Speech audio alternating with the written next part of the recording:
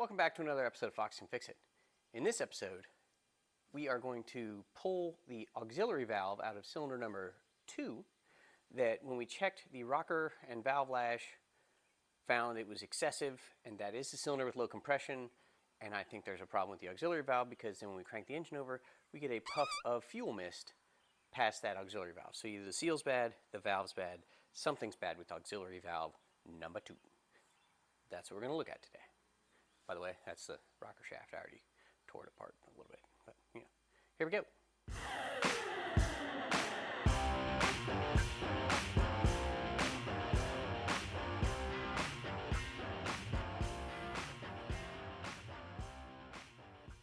All right, so as I just said over there by the bench, I've got the rocker shafts off. It's just a handful of 10 and 12 millimeter bolts, and then gently pry that up and off because you don't want to damage the cam bearings that you've now uncovered. The bottom bearing is still there. 2, 3, make sure you don't get a whole bunch of crap on those surfaces. If you do, make sure you wipe them down. What we need to do now is get this auxiliary valve out, and there's a giant nut that holds it in and is a 21 millimeter. So we're going to unthread that and then see what else it takes to pop that out of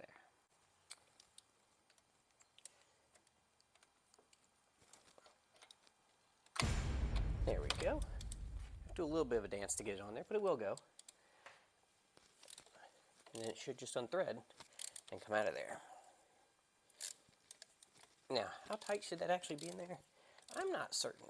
That wasn't super tight, and I don't know if that has anything to do with it, but I guess we'll find out. There we go. Here's the nut for that. Yeah. There you go. It's just sort of a nut with external threads, but there you go. That's that. Yeah, pull this out of there. Oh, yes we can. Very gently. Aha.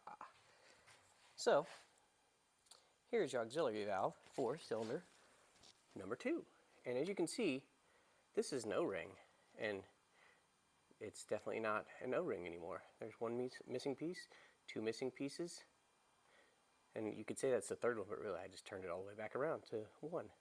Okay, so we've got a problem with sealing because it doesn't seal, because the seal is bad. That's not unusual, I guess. This is actually where that small little third barrel of the carburetor, this is where the air and fuel mixture from that comes in.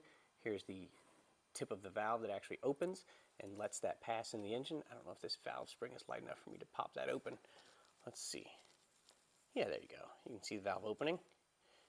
So air and fuel comes in here, and when the cam turns and gets a lobe up, and the top of the rocker arm pushes down here, like so, opens the valve, air and fuel pulls in to that little pre-chamber, but I don't have a seal, so I've got no compression, and we're losing seal by the minute, but that's why I'm getting fuel out the top and not the bottom where it's supposed to be. Okay, well, let's see if we can solve this problem. Now you can see down into cylinder number 2 right there, and those 5 little holes are actually the holes that go into the pre-chamber. And, well, I mean, that's the beginning of the pre-chamber. The spark plug's on the other side and the pre-chamber. So those 5 little holes are drilled directly into the pre-chamber. So no O-ring on what we have lets all the compression come through those 5 little holes and right past our O-ring and right out the top. That's definitely the problem. All right. Pretty neat, though. You learn something every day. All right, like I said, my workbench is a mess, but we can get a rag out here and at least get this looked at. So there's got, looks like a couple seals there for the top of where the nut compresses everything, and then one big O-ring, and that's it. So what we need is, we need an O-ring. All right. Now, I'm assuming that that's actually a square cut seal, but I'm going to at least temporarily see if we can get away with a regular old nitrile rubber seal. Nitrile? Nitrile? How do you say that? I don't know. Nitrile? Nitrile? I don't know. It's something like that. It's not rubber. It's high temp and it's oil and whatever resistant. This one, I think, is too big. If you look, that might be a touch too big. This one, that one might be too small. I'm but I think I'd rather go with the too small one, and if it doesn't seal, we can go with the too big one. So let's go ahead and roll this on here, gently, gently, just like that.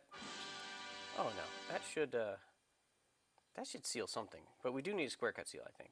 But this should temporarily just let me know if we're heading in the right direction with, do I now have compression, and does that stop a fuel spray from coming out of the cylinder, which is really all I want to do right now.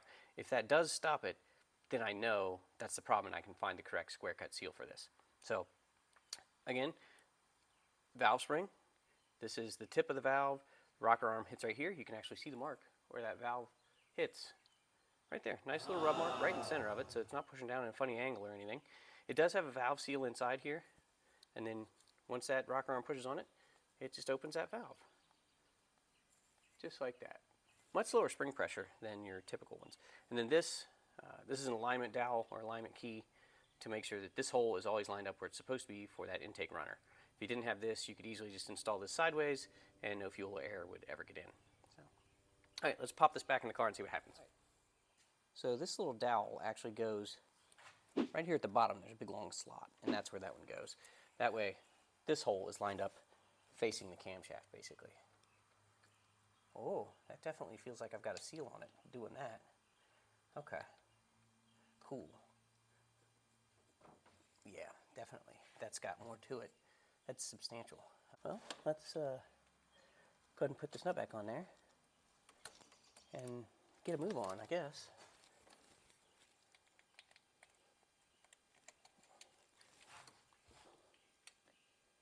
I really don't want to strip this out. It's kind of hard to line this up, but we'll do our best here.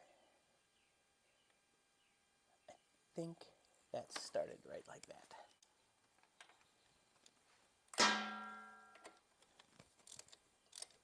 Oh, feels like it. Yep, should be going.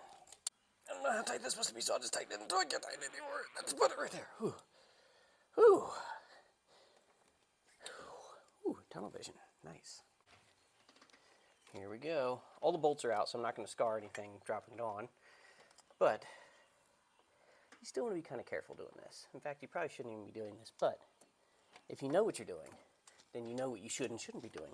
Then when you do stuff you're not supposed to do, at least you know how to get away with it. Theoretically. So, there we go. Yep, just like that. These are the bolts that hold the rocker shaft assembly on. At least the main shaft. The auxiliary side shaft has 3 smaller bolts I'll get to in a second. These are all the same size, so don't worry about which one goes where.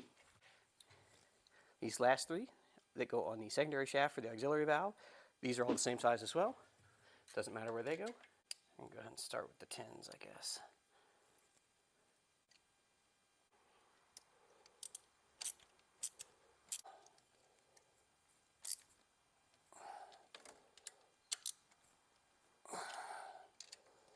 All right.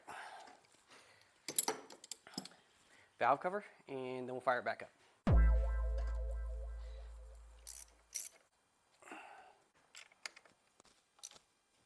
All right, so everything is back together. Let's take a look at that.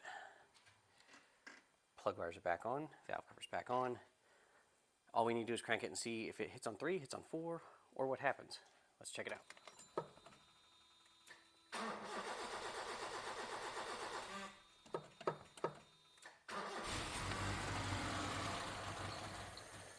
Well, other than the bad fuel and a horrible carburetor, sure.